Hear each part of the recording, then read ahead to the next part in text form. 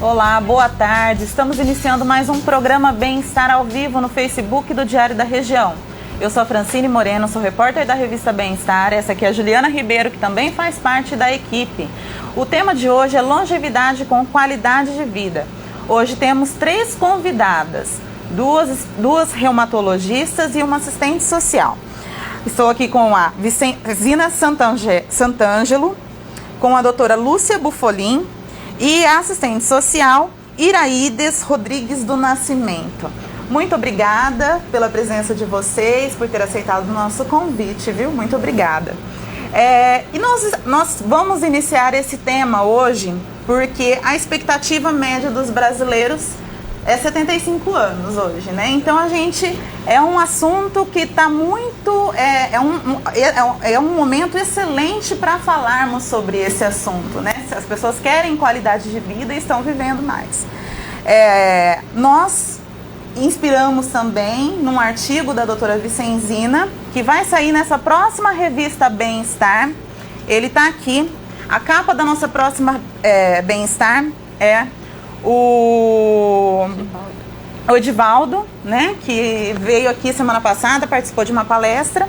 E o artigo da doutora Vicenzina está aqui na página 32 para os nossos leitores. Então, doutora, eu quero que a senhora me conte um pouquinho, né, falar um pouquinho sobre esse artigo. E também a senhora falou que essas pessoas são as pessoas positivas e otimistas tendem a viver mais do que as pessoas negativas, né? Então, conta um pouquinho pra gente sobre isso. Sim. Isso é uma realidade de consultório.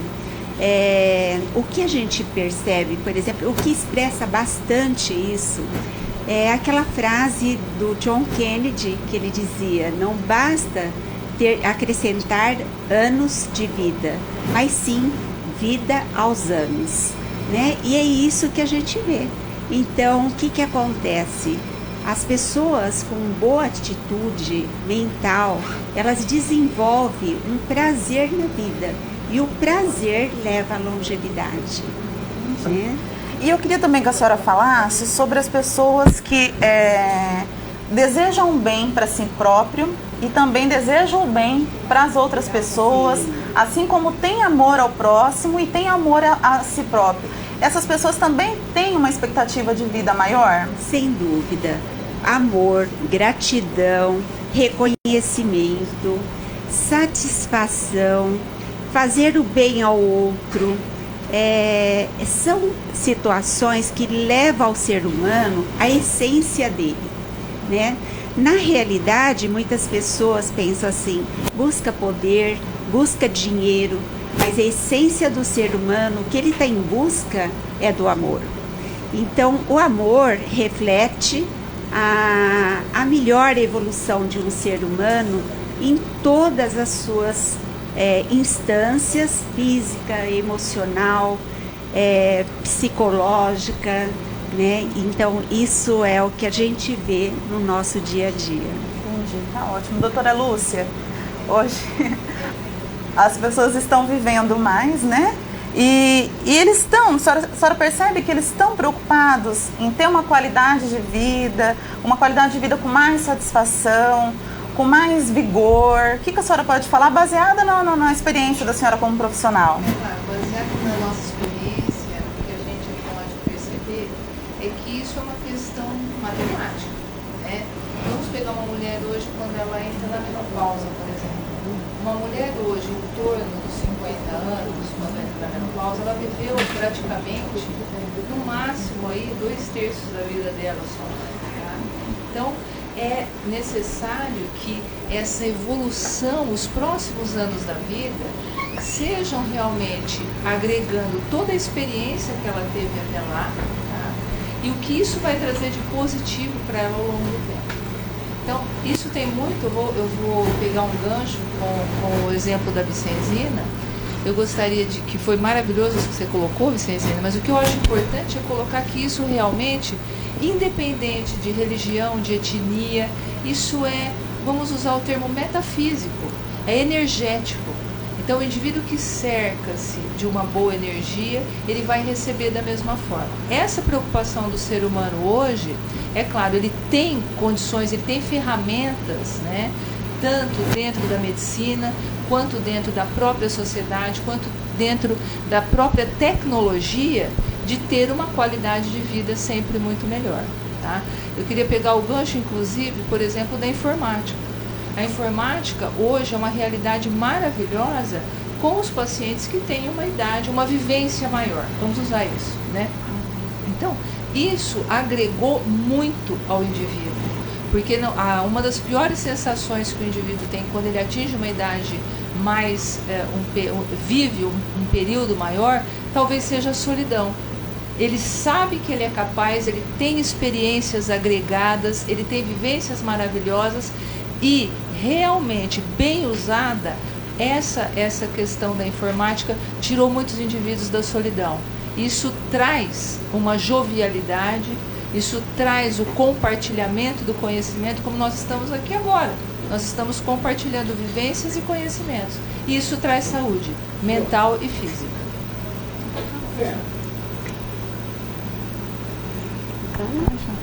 O Marcão tem que puxar pra cá. Iraídes, e você, que é assistente social da Gerip, né? Você está diretamente ligada todos os dias a um local onde a terceira idade é valorizado, né? Me fala um pouquinho, o que é ter esse envelhecimento com qualidade de vida? Boa tarde a todos. Primeiro eu quero agradecer o convite de vocês, a nossa presença aqui, falando alguma coisa da nossa Gerip. O envelhecimento realmente é o nosso lema de trabalho.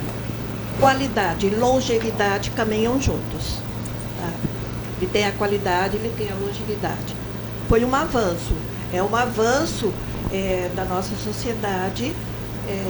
O idoso está vivendo mais. Por um outro lado, nós observamos que, de um modo geral, antes de resolvermos os nossos problemas atuais, que é ligado à saúde, à educação e justiça social, e agora nós estamos com uma demanda muito maior. E o que nos preocupa? Nós não temos equipamento para atender essa demanda. Aí a nossa preocupação, e que nos preocupa muito as nossas autoridades, tanto da área social como do segmento idoso da área jurídica. Nesse caso, acho que todos vocês podem complementar. Quando a gente diz que nós não estamos preparados, não temos o equipamento, nós também não temos pessoas qualificadas, né? Eu acho que é um problema mundial. O mundo não está preparado para a terceira idade, nós não nos preparamos para isso. Vocês poderiam falar um pouquinho? Na realidade, eu acho que não é só a mão de obra que não esteja preparado. Nós não estamos preparados como filhos dos pais idosos também. Então, o que eu vejo, por exemplo, a nível de consultório, paciente com 83 anos indo sozinho numa consulta médica, né? E com as dificuldades auditivas. Então, o mundo não está preparado para receber essa população. Então, não é uma questão só de trabalho, mas sim uma questão do entendimento do idoso, né? Então, a gente vê que a criança, ela tem toda uma situação da sociedade voltada para ela. Os pais já preparam para isso.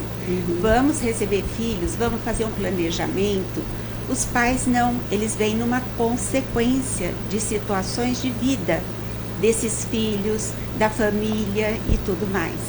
Então, enquanto eles têm uma utilidade em que eles possam ver os netos, auxiliar numa casa, eles fazem parte daquele planejamento e às vezes até sem nem muito valor, né? É como se fosse necessário, e aquele é o papel dele. Agora, muitas vezes, quando ele cai doente e que ele integra de outra forma nesse esquema, muitas vezes essa inutilidade dele traz uma grande dificuldade.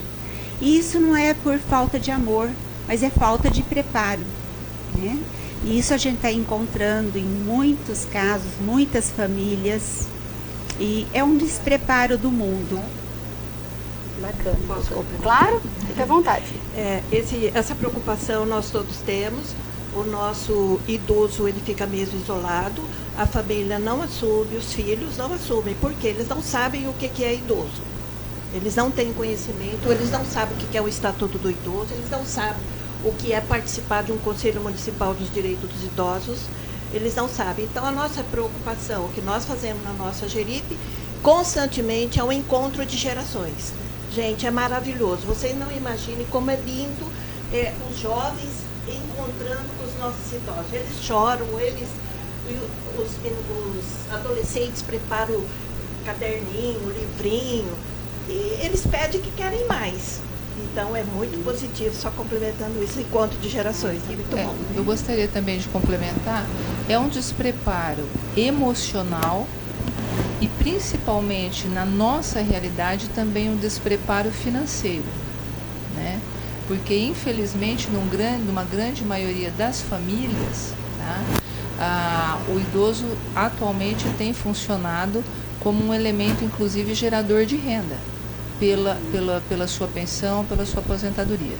Então existe um despreparo financeiro e emocional, com certeza.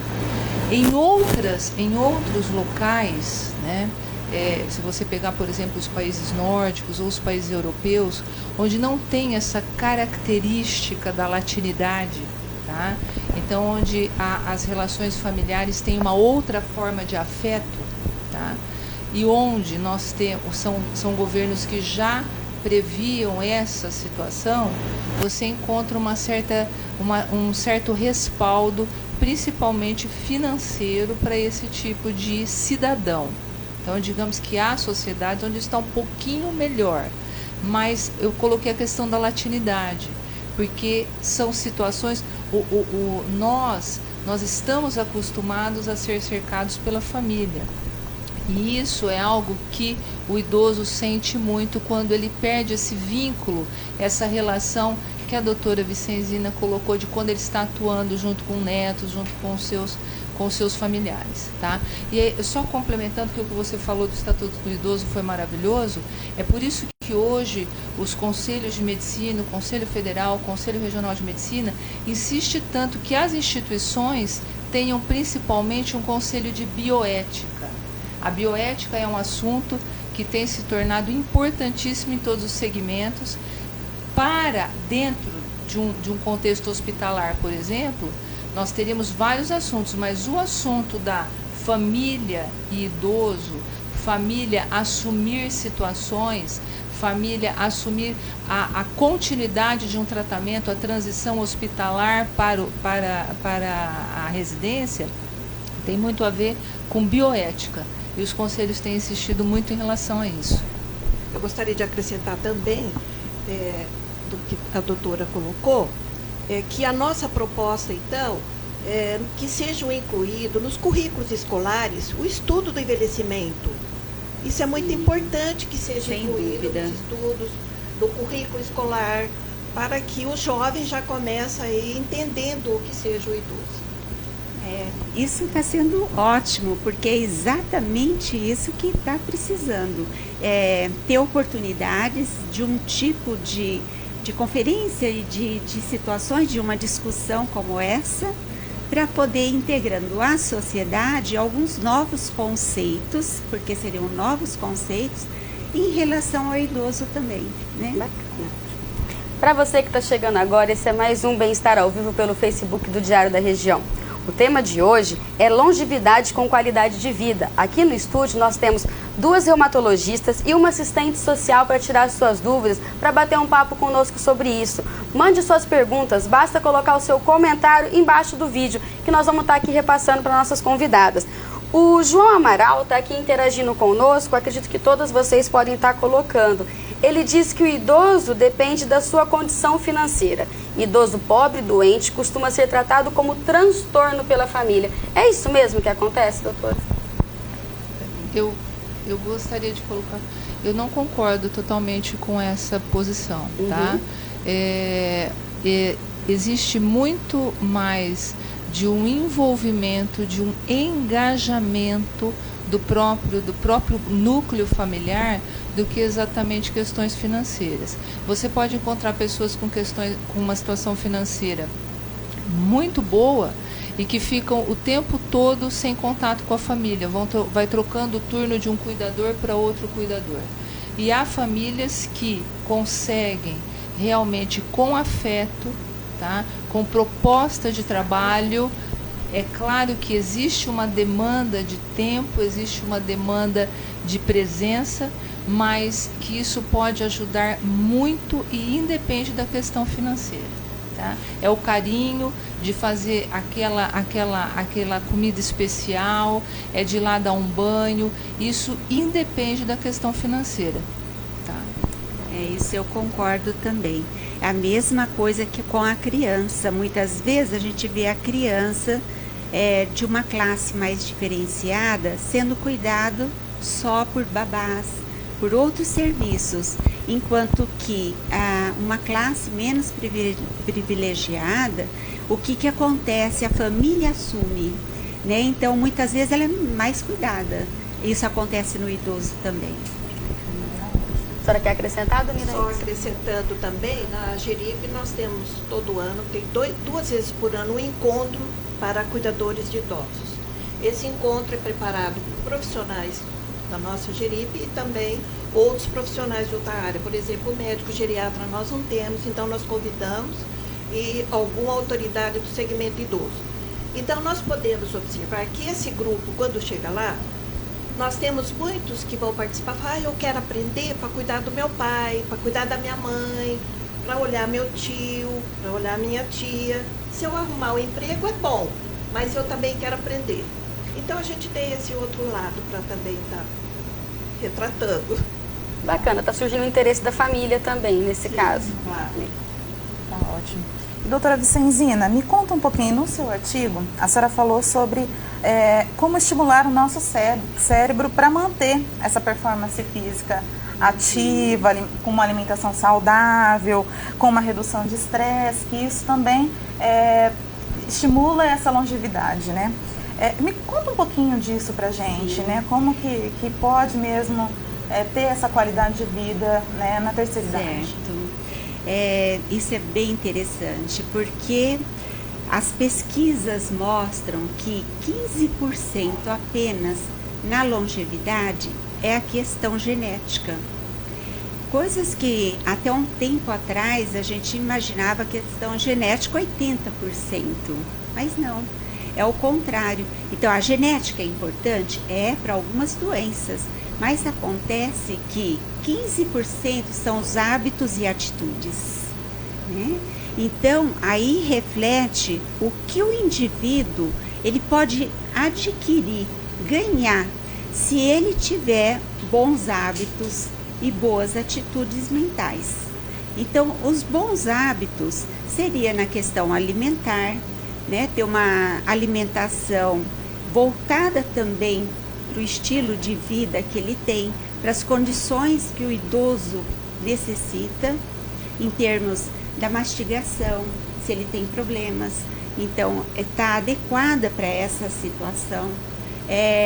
A questão da deglutição, que muitos têm dificuldades também, da absorção desses alimentos, né?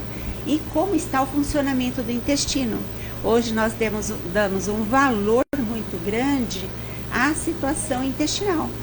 E o idoso, geralmente, o que ele tem de queixa? Muitas vezes é uma constipação intestinal, né? Vai aumentar os ácidos, a situação livre desse organismo, e ele vai apresentar muito mais doenças, né? Então nós sabemos que a permeabilidade intestinal, ela interfere em muitas doenças, e sendo até causa de muitas doenças.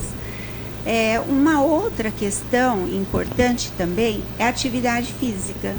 Então, o idoso, ele pode fazer desde uma caminhada, vai depender das condições físicas dele, até uma atividade física maior. Então, uma atividade com fortalecimento muscular, um alongamento, isso é extremamente importante a atividade física adequada às condições físicas desse indivíduo, né, desse idoso. Hoje, idoso, fica muito difícil a gente dizer, apesar da gente ter o limite da idade para a gente poder se expressar é um idoso, mas tem idoso que você conversa e fala, ele não é um idoso. Ele tem um pensamento tão no momento e tão vivo e tão com muitos reflexos e tudo mais, que a gente fala, eu estou falando com uma pessoa que tem mais idade, mas não é um idoso, né? Então, a situação dele está mentalmente ligado, isso que a Lúcia colocou, hoje a internet, ele interagindo mais, ele tendo prazer no que faz, numa dança, numa expressão corporal, e não ser lidado com a questão de, não, ele é um idoso, então ele tá ali paradinho, não pode fazer muita atividade porque também pode ter fraturas. Não é mais esse o conceito. É lógico, temos que ter os cuidados com barras em casa e tudo que é necessário para dar uma segurança para ele. Mas ele tem que estar ativo nas atividades. Entendi. E doutora Lúcia, né, o paciente chega lá para uma consulta, né? Como que a senhora também dá essas dicas, né, de ter essa qualidade de vida, né? A senhora incentiva que ele, por exemplo, deixe o estresse de lado, não fique estressado com o trânsito, né? Também porque a gente até conversou um pouquinho nos bastidores antes, que os idosos hoje dirigem, né? Eles, eles até brigam por isso, né? Eles querem estar no dia a dia, na sua rotina. Então, como a senhora dá algumas dicas para ele se manter bem e longe do estresse? Eles dirigem, eles viajam, eles amam, namoram, andam de moto, né? A moto é um problema às vezes hoje para nós, né? Então, eu acho, pegando um gancho, dando continuidade no que a Vicenzina colocou, né?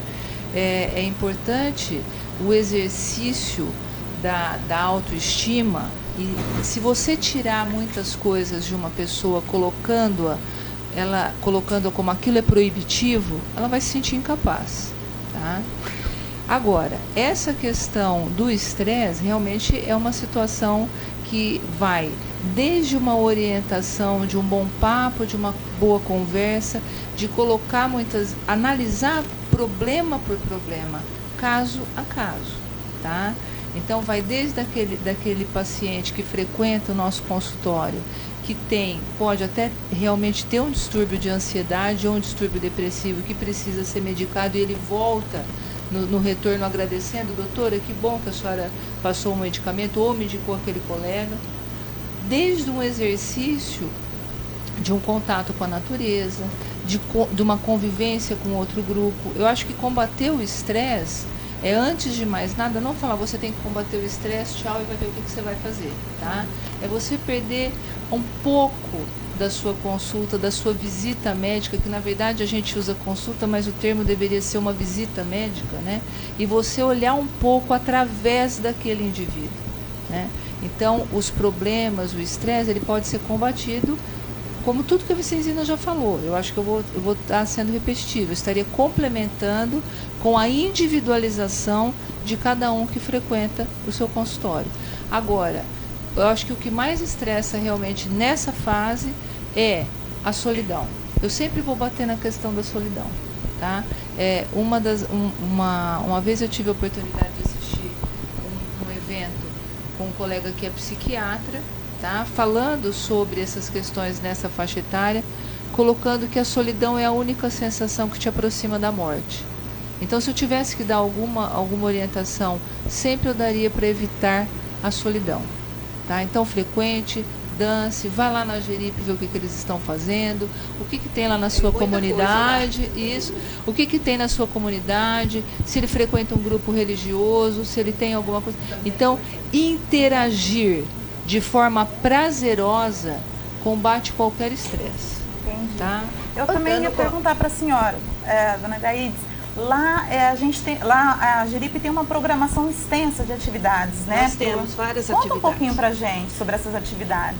Nós temos o grupo de fisioterapeutas que trabalham, o grupo de enfermagem 24 horas trabalhando, temos auxiliares, os técnicos de enfermagem e os cuidadores de idosos. Nós temos uma biomédica atuando também na área de acupuntura.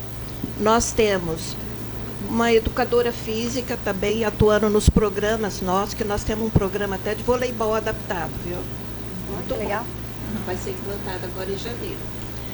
Nós temos o programa de ginástica laboral também, 3 vezes por semana, todos os funcionários e moradores participam dessas atividades, para alongar, para relaxar, para entrar no serviço já outro astral. Mesmo porque o trabalho dos cuidadores é muito repetitivo, né? Levantar o idoso. Né? Então, é muito importante esse programa, esse projeto, nós temos avaliado bem, está muito bom. Nós temos também um outro programa que é interessante, que nós estamos atuando, que é uma programação das doenças crônicas, né? Que seria assim, renegociar. O que a gente vai trabalhar é o diabetes e a obesidade. O pessoal come muito. Então, a nossa nutricionista também está no programa, trabalha com a gente, muito bom o esquema dela. Nós temos também outros profissionais envolvidos da área de gerontologia também, que trabalha no Espaço Dia. O Espaço Dia, o que é? É o idoso nosso associado que não pode ficar em casa o dia todo, porque o filho trabalha, a nora trabalha, os filhos vão para a escola e ele fica sozinho. Então, eles vão para lá, ficam o dia todo lá na Geripe, tem todas as atividades, café da manhã, almoço, banho, todas as atividades, fisioterapia, dança de salão, palavras cruzadas, tem aula de inglês, tem as orações, o espiritual também que nós trabalhamos, tem o católico, o evangélico, o espírita, palestra, para todos estão lá. Então, dessa forma também, o que a gente gostaria de dizer é que no Espaço Dia, esse idoso também não perde o seu vínculo familiar. Ele continua, porque quando chega tarde, ele volta para a casa dele. E ele tem o que contar. Ele está combatendo a solidão e ele tem o que contar. Tem que contar e muito. Eles contam. Não, eu contei que eu fiz isso, eu contei que eu fiz aquilo. Porque dentro do Espaço Dia, a gerontóloga trabalha muito a parte cognitiva, que é a funcionalidade deles. Então, tinha idosinho nosso que não pegava uma colher para levar nada na boca. Hoje eles estão fazendo sozinhos. Então, a funcionalidade através do trabalho cognitivo é muito importante também. E nós temos a artesã, que trabalha junto também no Espaço Dia, que é bordado, tem aquela outra atividade que elas gostam, né? Crochê, tem todas as atividades. E o serviço social tem um trabalho muito importante, que é o acompanhamento. A recepção do morador quando ele chega. Porque quando ele chega, é mais ou menos um mês para adaptar. Que ele estranha tudo. Então, para adaptar numa nova condição de vida, nós temos que acompanhar. Tá? Esse idoso até ele se adaptar e poder estar desenvolvendo as atividades junto com os demais. Então, um trabalho assim gratificante. Eu sou aposentada, viu, gente? Já trabalhei vários anos em outras empresas, fui assistente social da Telesp, da CESP, já trabalhei com menor também, viu, com crianças, e agora eu estou lá ajudando os idosos. E até a hora que eu puder, eu vou fazer. E na hora que eu não puder, eu vou ser assistida. Doutora Lúcia, a senhora falou sobre a solidão, né? De como essas famílias precisam prestar atenção nisso. Mas os idosos, eles também apresentam resistência. Eu vejo alguns filhos, às vezes, até dizendo assim, eu estou tentando fazer ele sair de casa, mas ele diz que não tem vontade, que ele não quer, que ele está cansado, que ele quer ficar no cantinho dele. Até onde esses filhos devem insistir? De que maneira pode ser feito? Porque, às vezes, assim, é que nem criança, né? Não quer, então fica aí, também não quero mais conversar com você, fica de mal, fica sem falar com o pai e com a mãe, né? Como que os filhos devem agir? A gente tem que mudar essa postura, porque deve ter um jeitinho de tirar o pai e a mãe de casa também, não tem? Olha, com certeza tem. É que nós estamos falando de uma situação, de um universo muito próprio, muito individualizado. Então é muito importante, nós estamos falando dessa socialização, mas nós temos que ver se esse indivíduo, ele realmente tem condições de vamos no shopping, porque geralmente os programas propostos são sempre programas eu estou falando de uma maneira geral, são sempre aqueles programas que o filho ou os adolescentes da casa acham que vai ser ótimo, tá? Você tem que ver também que você tem indivíduos que já estão num universo que pode ter um comprometimento auditivo, já tem às vezes um comprometimento visual, tem catarata, o indivíduo tem uma artrose de quadril, tem uma artrose de joelho, ele não vai querer acompanhar as pessoas no shopping, tá? Então, muitas vezes, você convidar o indivíduo para checar a natureza. Por exemplo, nós estamos sentados num lugar e eu estou com uma visão maravilhosa das árvores, de toda a paisagem que tem lá fora. Às vezes, aquele parente que ele tem tanta vontade de visitar, eu estou dando exemplos pontuais, tá? Aquele parente que ele tem tanta vontade de visitar e que para o filho talvez não tenha tanto significado. Então, é essa interação de propostas, sabe? É que muitas vezes o que acontece tem muito a ver com o que a Vicenzina citou. Chega a ser assustador a quantidade de pessoas que vão aos consultórios sozinhas. E nos assusta também a pessoa que vai e você percebe que o acompanhante, não por maldade, mas não percebe a fragilidade daquela pessoa que está com ele, física, e às vezes acaba saindo sem amparar aquela pessoa que foi com ela. Isso, eu acredito que seja uma vivência que você tem muito, não tem, Vicenzina? E que às vezes isso você comenta, você coloca. Então, talvez a questão seja, porque com a criança, vamos pegar de novo o gancho da criança, você vai às vezes onde você não está muito afim. E quando você tem que se adequar ao programa da sua avó ou ao programa da sua mãe, você sempre deixa um pouquinho para depois. Porque o idoso em si, ele por outro lado, ele não aceita realmente muita coisa. Por que ele não aceita? Ele é desanimado, ele perdeu a razão de viver, então ele tem outros pontos que a gente tem que trabalhar. Lá na nossa Jeripe não existe solidão, nós trabalhamos todos os casos. E se ele não quer fazer A, B ou C, ele faz o D. Alguma coisa ele vai se encontrar. E ele mesmo fala, eu quero fazer isso. Então, nós encaminhamos e acompanhamos, tá? Todos os dias. Então, a nossa vivência profissional, através de contatos formais e informais, mesmo com a área médica, às vezes elas estão longe da gente, elas vão ficar distantes, mas não tá. Eu acompanho todos os casos que ela tem de nosso lá, eu sei todos. E sei se ele está tomando remédio, se ele está resistente a tomar. Mas você fala, o médico já me deu isso 2 vezes, não valeu nada. Então, a gente tem que estar orientando, estar conversando, tem que esperar um tempo para essa medicação fazer o efeito. Aí eles vão se habituando e vão entrando no nosso conceito. E é um trabalho bom mesmo de fazer, gente. Maravilhoso. Esse aspecto emocional é bastante importante também que a gente esteja atento se o paciente está numa solidão ou se está numa depressão. Porque se o paciente está numa solidão por escolha dele, ele é uma pessoa que sempre teve uma característica mais retraída, que gosta do mundo dele, mas ele está bem. Então, isso tem que ser respeitado. Agora, se ele está com uma depressão, é diferente. Precisa ter uma atuação, precisa tirar desse quadro, porque a depressão leva a doenças, né?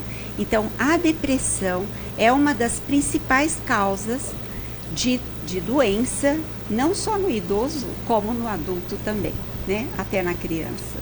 Então, assim, a depressão é diferente da solidão. E a solidão, tem alguns que falam assim, eu gosto de estar só, eu gosto de estar comigo.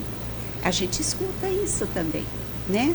Então, isso tem que ver. Até onde vai, qual é o limite disso tudo. Bacana. Tem que partir de onde o idoso está. Do estágio que ele está. É muito individualizado. Individualizado. E tratar, não ter preconceito de tratar. Porque Isso às que a vezes tem que Vicenzina ser falou. medicamentoso mesmo. É, medicamentoso. Para você que está chegando agora, esse é mais um Bem-Estar ao Vivo pelo Facebook do Diário da Região. Nós estamos hoje falando sobre longevidade com qualidade de vida. No estúdio nós temos 2 reumatologistas e uma assistente social que estão aqui interagindo conosco. Qualquer dúvida que vocês tiverem, mande as perguntas no comentário embaixo do vídeo. Interajam conosco. Dona Iraides, acho que eu já vou entrar na vaguinha ali, viu? Tô querendo morar na Jeripe. Vou dizer para a senhora que nós, com todas essas atividades, já vou entrar ali na lista de espera. Nós estamos aqui com os internautas, eles estão até com uma dúvida. A senhora está falando da Jeripe, né? Existe a possibilidade de morar dentro da Jeripe? Existe a possibilidade de diariamente a Jeripe? É isso? São coisas diferentes que acontecem lá? Pode morar e pode também ter a população flutuante nossa, que faz as atividades lá na Jeripe. Moradia nós temos 3 tipos, os apartamentos, as suítes e os chalés. Agora tem associados nossos que ele quer ir lá só para fazer a hidroginástica, musculação, fazer outras atividades, tá? Então é aberto. Bacana. E doutora Vicenzina, com a idade, é preciso aprender novas habilidades e explorar essas oportunidades? Sim, isso é essencial, sempre. O ser humano, ele precisa estar se sentindo sempre com alguns desafios, né? Então ele precisa de novos projetos de vida, não tem que ficar relembrando um passado como uma coisa que ele não tem mais. Ele tem que pensar que é um ciclo de vida e ele está em outro ciclo de vida, tão bom quanto, né? Então, assim, são novas condições, são novos projetos, novas conquistas, e é isso que faz o ser humano encontrar em todas as fases da vida dele um sentido para a vida, né? Então isso é fundamental que a gente desperte nesses pacientes que o passado faz parte da história dele e a memória é que faz ele construir a vida dele e continuar construindo. Mas a história dele não ficou no passado, a história dele é o hoje também e vai ser o amanhã, né? Então o idoso ele não está esperando, eu estou aqui vendo meus amigos que falecem, os meus amigos que estão mal, meus amigos, não. Enquanto vida ele tiver, ele vai estar fazendo os projetos dele, porque a nossa finitude, ela não tem idade, né? Acontece em todas as fases da vida e fica para o idoso um recado, quase uma situação de vida que é a finitude, o futuro dele, e não é, ele não tem que pensar isso, porque em todas as nossas fases de vida nós vivemos com essa situação, né? Então eu acho isso fundamental para o idoso, ele ter essa situação, um ressignificado da vida dele, né? Ele está ressignificando uma vida e não que ele está vivendo um passado, uma história que ele teve. Obrigada. Doutora Lúcia, a Agência Nacional de Saúde vai propor a criação de espaços, de centros especializados em geriatria, né? Como tem os centros especializados na saúde da mulher. O que a senhora acha dessa criação desses centros? É importante para a prevenção da saúde, para o tratamento especializado? O que a senhora acha dessa iniciativa? Essa criação é algo que já deveria ter ocorrido há no mínimo 10 anos atrás, né? É uma política de saúde pública que é uma necessidade imensa, que nós vamos poder realmente, já que nós estamos falando em saúde e longevidade, qualidade de vida, isso vai inclusive em termos de custos e de gastos para cada família brasileira, vai trazer vamos dizer, entre aspas, uma economia. Porque o que você vê hoje é pessoas já de faixas etárias mais avançadas sofrendo por patologias que num centro especializado poderiam ser resolvidas de uma maneira muito simples, tá? E isso gera um ônus, gera um gasto e gera mais doença, entendeu? Porque o indivíduo acaba se automedicando, acaba passando com profissionais que não estão aptos a entender a situação dele e, consequentemente, gera mais doença. Então, isso tem que ser, já teria que ser feito há 10 anos atrás. Essa população de idosos que nós seremos até 2025, nós seremos aí uma população de quase 25% da população vai ter 32 milhões de brasileiros. Ela tem o número exato. Ela não nos pegou de surpresa. Todos já sabiam que isso ia acontecer, com a diminuição da taxa da natalidade e com a possibilidade de uma longevidade. É que não foram feitas políticas adequadas até o momento. Então agora estão correndo atrás. Isso sem dizer que os casos de alta complexidade, então, nem tem atendimento. E isso, concordo com a doutora Lúcia, deveria ser já ter implantado, mesmo porque isso está preconizado no Estatuto do Idoso. É uma lei federal, 10.741, que foi aprovada em outubro de 2003. Está preconizado isso. Então, realmente, está falho. É a prevenção, né? É importante a prevenção. É a prevenção, sempre. É interessante entender isso, que as pessoas não conseguem entender isso, os políticos não conseguiram entender isso até agora. A prevenção é planejamento. A prevenção e o planejamento tem um custo baixíssimo. Sim. Tudo aquilo que não cronifica, tudo aquilo que não gera, é claro, uma alta complexidade vai gerar. Existe sempre. A alta complexidade, para quem está nos ouvindo, é aquele paciente grave que precisa de um hospital que tenha recursos realmente de UTI, que consiga fazer cirurgias altamente complexas. Não pequenas cirurgias ou pequenos procedimentos, que um centro desse também vai ter que estar apto. Realmente, infelizmente, aqui na nossa cidade, nós temos, não sei se vocês sabem, mas a nossa população idosa aqui é de 67 mil idosos. Então, a nossa população realmente é grande. Essa complexidade aí das doenças de alta complexidade, realmente, se tivesse tomado atenção, gastaria muito menos. Porque se nós temos uns 30 casos de alta complexidade, 2 entram na justiça, eles ganham. Aí o governo paga para atender. E os outros? Fica mais caro ainda do que um programa específico para atender. Tá? Então, é uma questão realmente de sentar e discutir boa vontade, né? Política. E doutora Vicenzina, igual aqui em Rio Preto, a gente sabe que tem, por exemplo, o SESC, tem uma programação extensa de atividades, são gratuitas ou com preço bem popular, né, de algumas atividades. O SESI também faz algumas coisas destinadas para esse público. Existe mais algum lugar que tenha aqui em Rio Preto, onde que essas pessoas tenham acesso a atividades mesmo, para não ficar sozinho, para manter longe a solidão, para combater o estresse? O que a senhora pode compartilhar com a gente? Tem vários grupos em igrejas, em bairros. Tem várias situações, núcleos, né, que foram desenvolvendo, mas é muito pouco. O que tem? Bailes ou algumas atividades, por exemplo, Lian Kun é uma técnica que é explorado um alongamento, fortalecimento muscular, tudo a nível público, mas são em bairros isolados. Às vezes o horário não é compatível com quem ainda está trabalhando, porque o idoso hoje, ele trabalha, porque ele não consegue viver da aposentadoria. Muitas vezes ele também está trabalhando, né?